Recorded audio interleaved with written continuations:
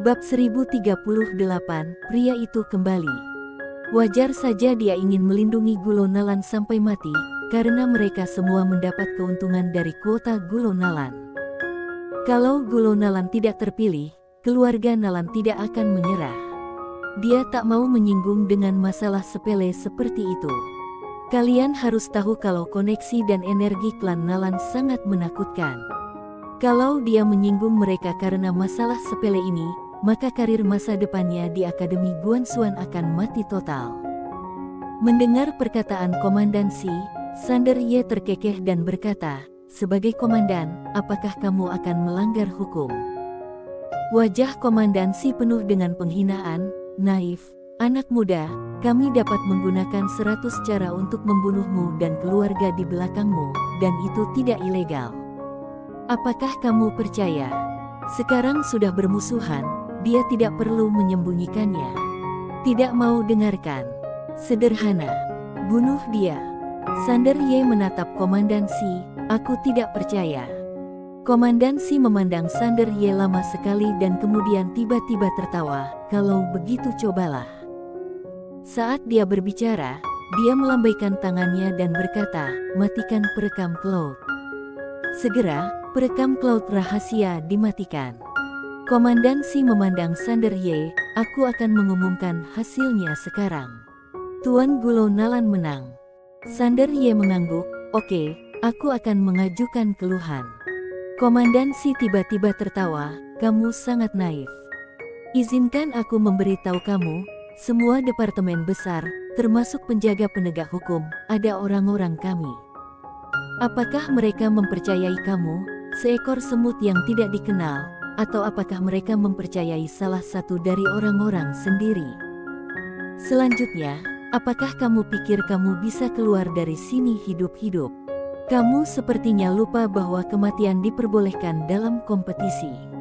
Setelah itu, orang lain sudah menghilang." Ketika dia muncul kembali, dia sudah berada di depan Sander Ye, dan kemudian meninju kepala Sander Ye. Gerakan membunuh. Dahulu ada beberapa orang yang tidak kooperatif, dan cara menghadapinya sederhana saja, yaitu membunuh secara langsung. Bagaimanapun, aturan di sini adalah kematian diperbolehkan. Tetapi, pukulannya gagal karena Sander Ye sudah muncul beberapa meter jauhnya. Pukulannya gagal, dan Komandan Shi mengerutkan kening dalam-dalam. Detik berikutnya, dia menginjak kaki kanannya dengan keras, berubah menjadi guntur dan bergegas menuju Sander Ye. Pukulannya masih gagal, dan Sander Ye muncul di belakangnya pada suatu saat. Pada saat ini, ekspresi Komandan Shi tiba-tiba menjadi serius, dan dia sedikit terkejut. Dia tidak menyangka pemuda di depannya, yang hanya berada di ranah insansian, bisa menghindari pukulannya. Apakah menyembunyikan kekuatannya? Memikirkan hal ini, ada sedikit kesungguhan di matanya. Sander Ye melirik Komandan Shi, "Ada juga orang dari kalian di penjaga penegak hukum. Aku tidak percaya, aku ingin mencobanya." Setelah mengatakan itu, dia berbalik dan pergi. Melihat Sander Ye pergi, Komandan Shi memiliki kilatan keganasan di matanya, bergegas ke depan, dan meninju Sander Ye tepat di belakang kepala. Kalau ini terjadi, maka ini benar-benar masalah hidup dan mati. Biarpun dia merasa pemuda di depannya agak luar biasa, saat ini, dia hanya bisa membunuhnya terlebih dahulu. Baik klan Nalan maupun pengawal Guanxuan dapat menangani hal sebesar itu. Sander Ye tiba-tiba berbalik dan menekan dengan tangan kanannya. Bang! Komandan Shi segera terguncang dan mundur beberapa meter jauhnya. Setelah Komandan Shi berhenti, dia tertegun, matanya dipenuhi rasa tidak percaya. Gulo Nalan di samping juga sedikit terkejut saat ini. Biarpun Komandan Shi hanyalah seorang tetua dari penjaga luar, dia juga seorang pria kuat di puncak ranah kekalsian. Apakah dia terpental? Seberapa besar kekuatan yang disembunyikan pemuda ini? Tapi Sander Ye mengabaikan mereka berdua dan berbalik untuk pergi. Setelah Sander Ye pergi, Komandan Shi tiba-tiba berkata dengan suara galak, kemarilah, beberapa siswa melanggar peraturan dan menyerang komandan. Setelah Sander Ye keluar, dia melihat Van Di Fang. Van Di Fang tampak agak jelek. Sander Ye menghampiri Van Di Fang dan memandarik Van Di Fang, kalah. Van Di Fang tersenyum pahit, lawanku adalah Yoshi Ye. Sander Ye mengangguk, apakah kamu berani mengikuti aku ke pengadilan penegakan hukum untuk mengajukan petisi? Van Di Fang langsung kaget, saudara yang, kamu. Sander Ye tersenyum dan berkata, lawanku adalah Gulo Nalan. Van Di Fang tertegun sejenak, lalu berkata, apakah kamu menang? Sander Ye mengangguk. Van Di Fang langsung kaget, dia tidak menyangka kalau kakak yang baru saja dia temui malah bisa mengalahkan Gulo Nalan. Seolah memikirkan sesuatu, Van Di Fang buru-buru bertanya, apakah kamu dalam masalah? Sander Ye mengangguk, aku akan ke aula penegak hukum sekarang. Aku akan mengajukan perigaduan. Maukah kamu pergi? Van Di Fang langsung menggelengkan kepalanya, saudara yang, maaf, aku tidak bisa pergi. Sander Ye mengangguk, dia menepuk bahu Van Di Fang, paham. Setelah mengatakan itu, dia langsung berbalik dan pergi. Hanya butuh satu kedipan mata, dan dia sudah menghilang dan tempatnya berada. Melihat adegan ini, Van Di Fang kaget. Skill macam apa ini? Saat ini, Komandan Si bergegas keluar bersama beberapa pengawal Guan Xuan. Ketika dia melihat Sander Ye sudah menghilang, dia tertegun. Detik berikutnya, dia melihat ke arah Van Di Fang tidak jauh dari situ, di mana Sander Yang. Van Di Fang menggeleng, entahlah. Dia secara alarmi tahu bahwa Sander Ye pergi ke aula penegak hukum untuk mengajukan pengaduan, tetapi dia tidak ingin mengkhianati Sander Ye. Komandan Si sedikit menyipitkan matanya, tangkap dia. Begitu suara itu turun, beberapa pengawal Guan Xuan bergegas menuju Van Di Fang. Van Di Fang kaget, apa yang kalian lakukan? Aku tidak melanggar hukum, kamu. Pada akhirnya, dia tidak memilih untuk menolak. Ini pengawal Guan Xuan. Kalau kamu melawan dan pihak lain melakukan kejahatan apapun, bukan hanya kamu, tetapi juga klan Fang akan musnah. Setelah menjatuhkan Van Di Fang, wajah Komandan Si menjadi sangat muram. Dia pasti pergi ke aula penegak hukum untuk mengajukan pengaduan. Ayo pergi. Setelah itu, dia berbalik dan pergi bersama beberapa orang kuat. Aula penegak hukum. Aula penegak hukum, secara alami berspesialisasi dalam penegakan hukum dan memiliki wewenang yang sangat kuat. Dia memiliki wewenang pengawasan dan penegakan hukum atas semua departemen utama. Tak lama kemudian, Sander Ye datang ke aula penegak hukum. Di sebelah aula penegak hukum terdapat sebuah gendang besar yang aslinya dibuat oleh orang dalam yang diberi nama gendang tuntutan. Kalau kamu memiliki keluhan, kamu dapat menabuh genderang ini. Sander Ye melirik ke aula penegak hukum yang megah. Dia berjalan menuju drum, lalu mengambil palu drum dan memukulnya dengan keras. Bang! Suara drum yang besar tiba-tiba bergema dari lapangan. Perilaku Sander Ye segera menarik perhatian yang tak terhitung jumlahnya. Pejalan kaki di jalan di kejauhan menoleh untuk melihat Sander Ye dengan keterkejutan di mata mereka. Pada saat itu, seorang lelaki tua berjubah hitam tiba-tiba keluar dari aula penegak hukum. Lelaki tua itu menatap ke arah Sander Ye dan berkata, ikutlah denganku. Setelah mengatakan itu, dia berbalik dan pergi. Sander Ye mengikuti. Segera, Sander Ye mengikuti lelaki tua berjubah hitam itu ke aula samping. Lelaki tua berjubah hitam itu sedang duduk di depan. Dia memandang Sander Ye dan melihat bahwa Sander Ye tidak membungkuk. Dia mengernyit, apa yang kamu tuntut? Sander Ye berkata, tuntut Komandan Si pengawal Guan Xuan karena terlibat dalam pilih kasih. Menuntut pengawal Guan Xuan. Orang tua berjubah hitam itu tertegun, lalu berkata, apakah kamu yakin? Sander Ye mengangguk, ya.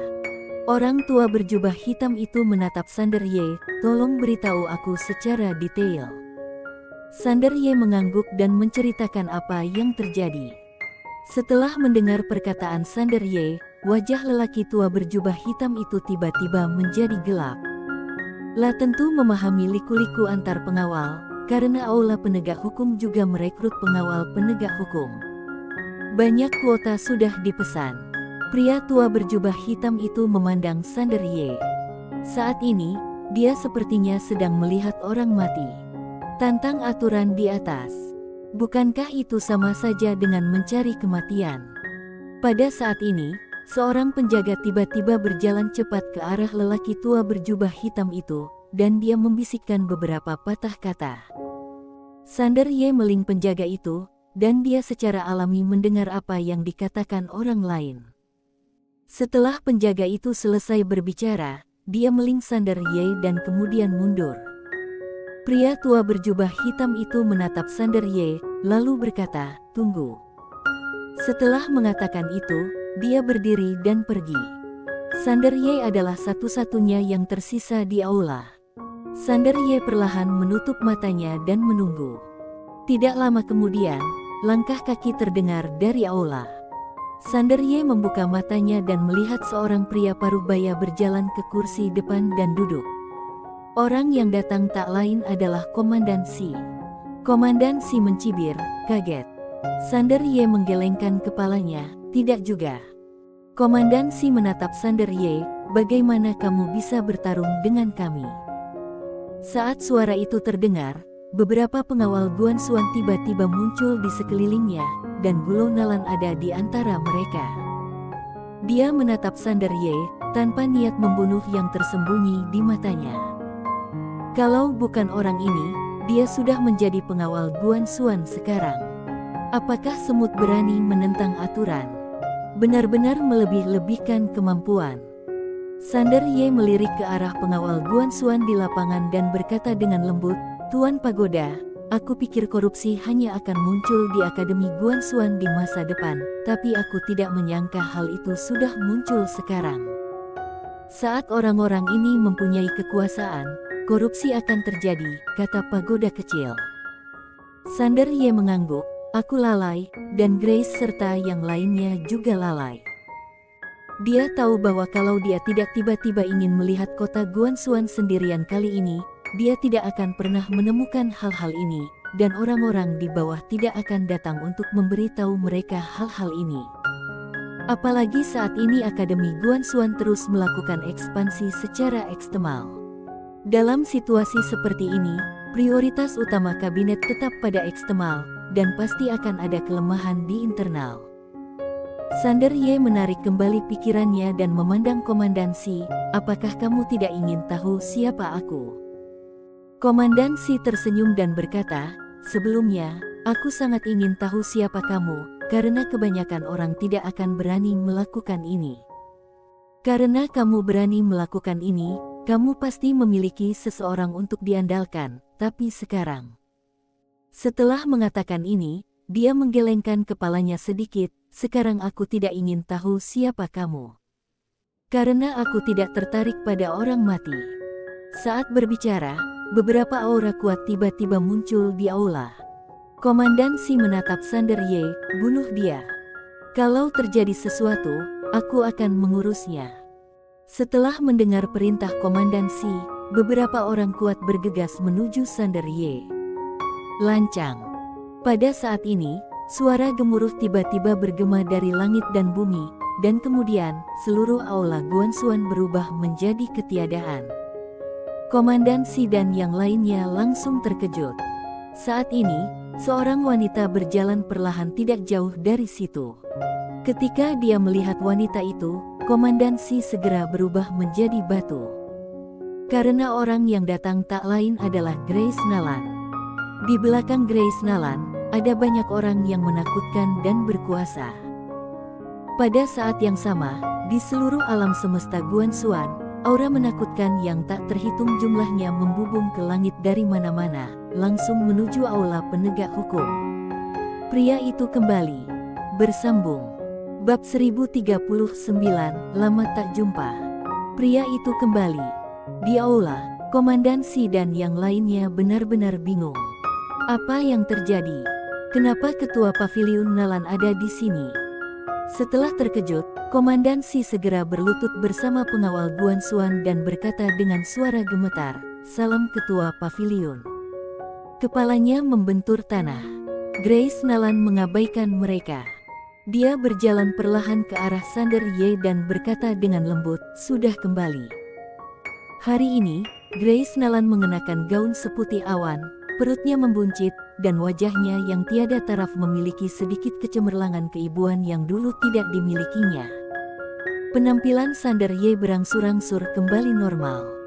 Dia meraih tangan Grace Nalan dan tersenyum tipis, Saat dia melihat wajah Sander Ye, mata Komandan Si tiba-tiba menyusut, tubuhnya lemas, dan dia pingsan. Biarpun Gulo Nalan tidak pingsan, dia jatuh ke tanah dan mengompol. Pengawal Guanxuan yang tersisa juga tampak pucat saat ini dan roboh ke tanah. Sander Ye, Raja Alam Semesta Guanxuan saat ini. Sander Ye mengabaikan Komandan Si dan Gulo Nalan yang tidak sadarkan diri. Dia menang Grace Nalan dan perlahan berjalan keluar.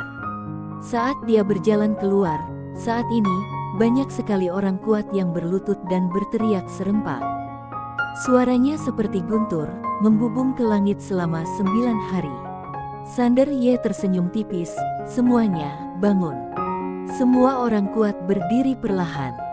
Mereka memandang Sander Ye, dan mereka semua bersemangat. Sander yell. Faktanya, kelompok orang kuat ini semuanya tidak mengenal Master Pedang Manusia bagaimanapun. Master Pedang Manusia sudah tertidur lama sekali terlebih lagi. Sebagian besar orang kuat di depan mereka dilatih oleh Sander Ye dan keluarga Nalan. Dan ada beberapa yang direkrut oleh Sander Ye dari luar, jadi mereka lebih bersahabat dengan Sander Ye. Tetapi, Sander Ye pergi sepanjang tahun dan jarang berada di alam semesta Guanxuan. Oleh karena itu, banyak orang kuat baru yang bergabung dengan Akademi Guanxuan belum mengenal Sander Ye. Sander Ye tiba-tiba menoleh dan melihat ke samping. Ada seorang wanita berpakaian putih berdiri di sana. Wanita itu berdiri agak ke belakang, itu adalah Kinaan. Biarpun dia adalah dekan Akademi Budo dan seorang super jenius, pada kesempatan hari ini, dia hanya bisa berdiri di pinggiran, karena di samping Grace Nalan pada dasarnya adalah personel inti alam semesta Guanxuan dan Paviliun Xianbao, atau keluarga di belakangnya sangat menakutkan, seperti Sekte Pedang dan keluarga bangsawan lainnya. Melihat Sander Ye, Kinaan tersenyum tipis. Sander Ye tersenyum dan berkata, "Apakah kamu menemukan identitas aku?" Dia tidak memberitahu Grace Nalan.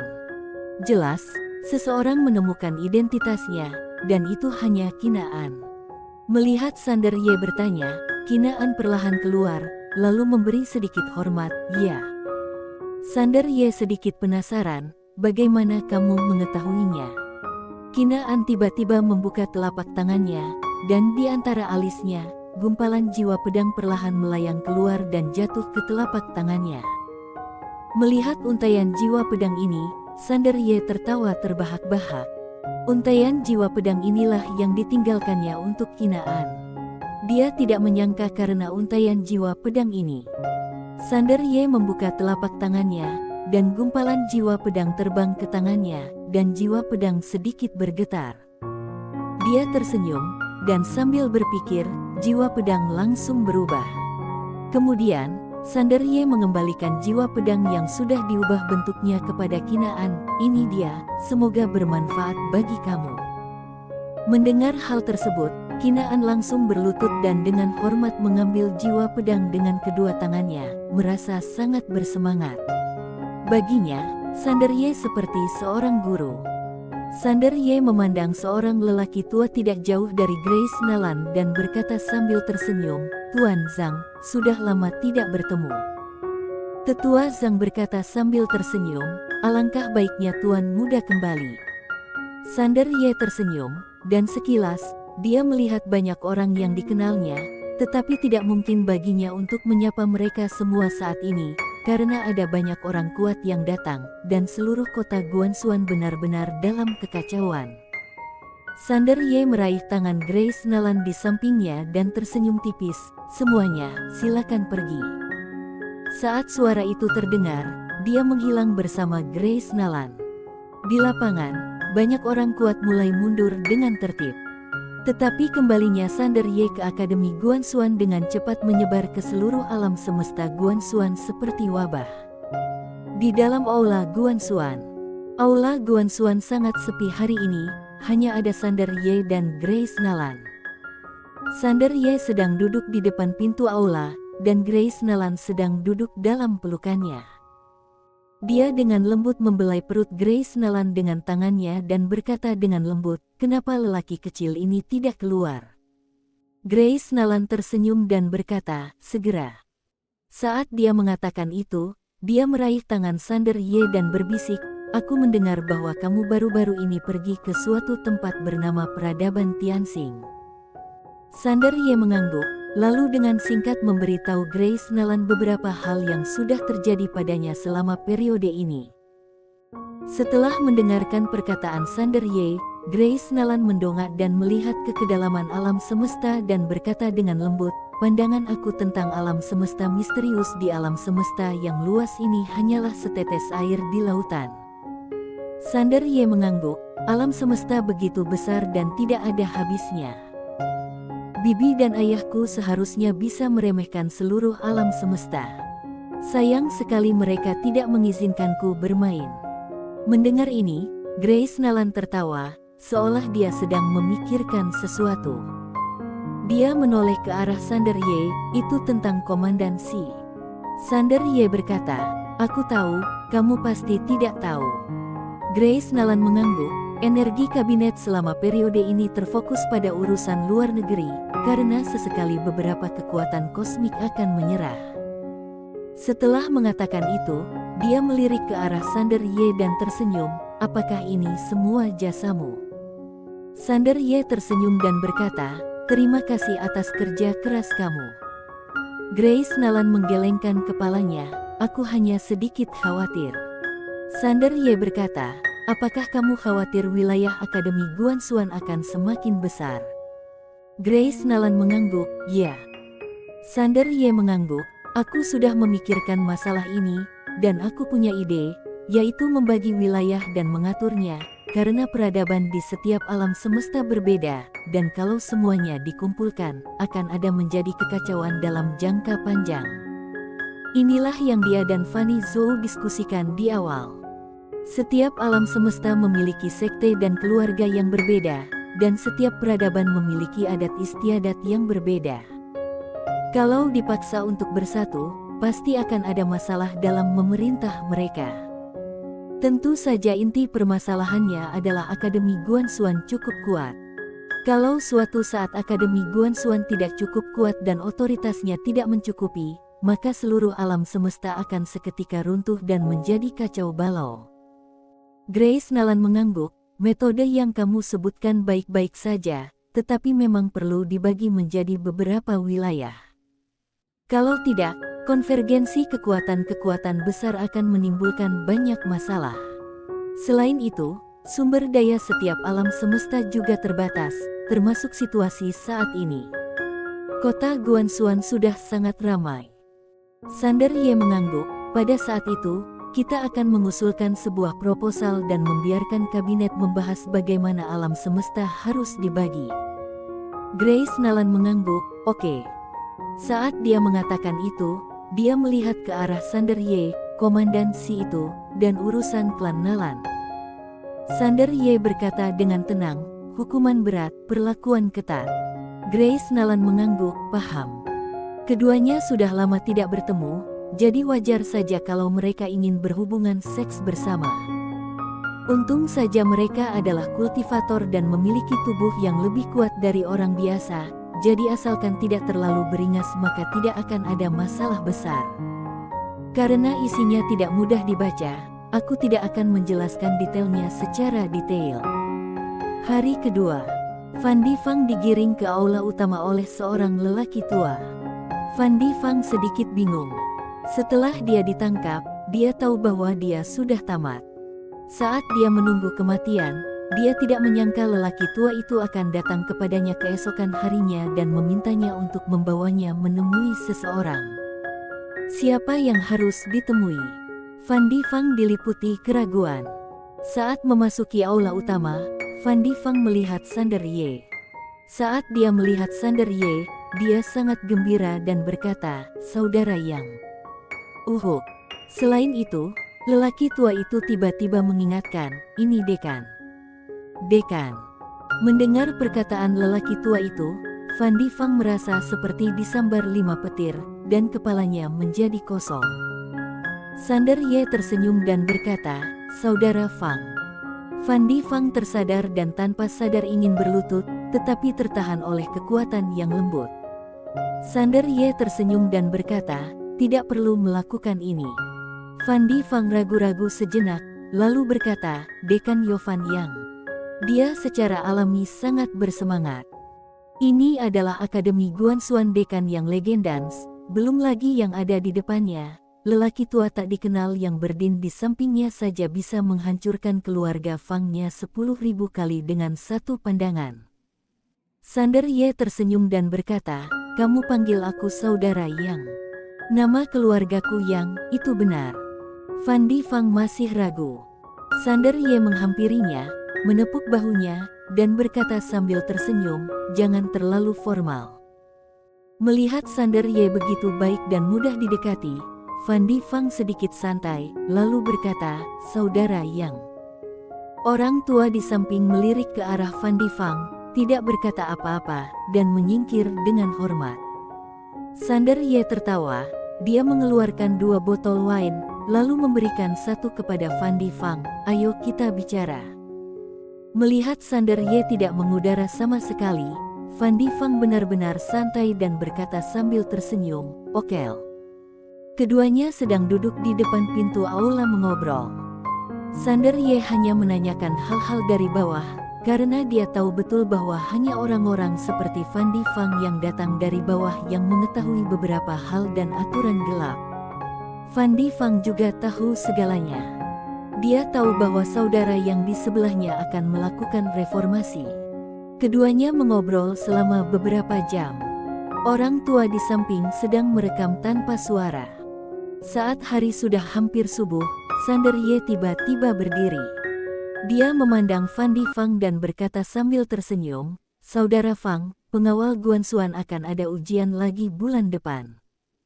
Kamu kembali dan bersiap untuk mengikuti ujian nanti. Jangan khawatir, kali ini, pasti tidak akan ada kekacauan seperti itu." Fan Difang mengepalkan tangannya dan berkata, "Oke." Sander Ye tersenyum dan berkata, "Sampai jumpa lagi." Fan Difang pun tersenyum dan berkata, "Saudara Yang, sampai jumpa lagi." Setelah melihat Fan Difang pergi, Sander Ye berkata dengan lembut, "Tuan Zhang, aku punya target." Tuan Zhang memandang Sander Ye tersenyum dan berkata, "Aku berharap suatu hari nanti, berdasarkan pandangan aku tentang alam semesta, semua anak muda akan penuh dengan harapan untuk masa depan. Kita tidak bisa membiarkan anak muda merasa kecewa dengan dunia." Tuan Zhang memandang Sander Ye, dan perlahan-lahan, senyuman muncul di wajahnya. Setelah Fan Difang meninggalkan aula, dia berangkat kembali ke Yongsu karena dia harus kembali untuk persiapan, dan dia ingin membawa lebih banyak anak keluarga Fang untuk mengikuti penilaian bulan depan. Karena formasi teleportasi, kembali ke Yongsu dari alam semesta Guansuan sangat cepat, kurang dari 1/4 jam. Keluarga Fang. Segera setelah kembali ke keluarga Fang, sekelompok anak-anak keluarga Fang berkumpul di sekitar dia. Seorang pria berjubah mewah yang memimpin tersenyum dan berkata, "Saudara Fandi, aku mendengar bahwa dekan sudah kembali. Benarkah?" Fan Difang tersenyum, "Itu benar." Pria berjubah mewah itu berkata dengan tergesa-gesa, "Apakah kamu melihatnya? Pernahkah kamu melihatnya?" Anak-anak keluarga Fang yang lain pun memandang Fan Difang penuh harap. Fan Difang ragu-ragu sejenak, lalu berkata, "Ya, aku tidak hanya melihatnya, aku juga minum bersamanya." Pria berjubah Cina itu berkedip, "Apakah kamu minum dengan dekan?" Fan Difang mengangguk, "Karena tidak hanya minum, kami juga menyebut diri dengan saudara." Pria berjubah mewah itu ragu-ragu sejenak, lalu berkata, "Kak Fandi, kalau kamu menyombongkan Din seperti ini, aku tidak akan berbicara denganmu lagi." Fandi Fang bersambung.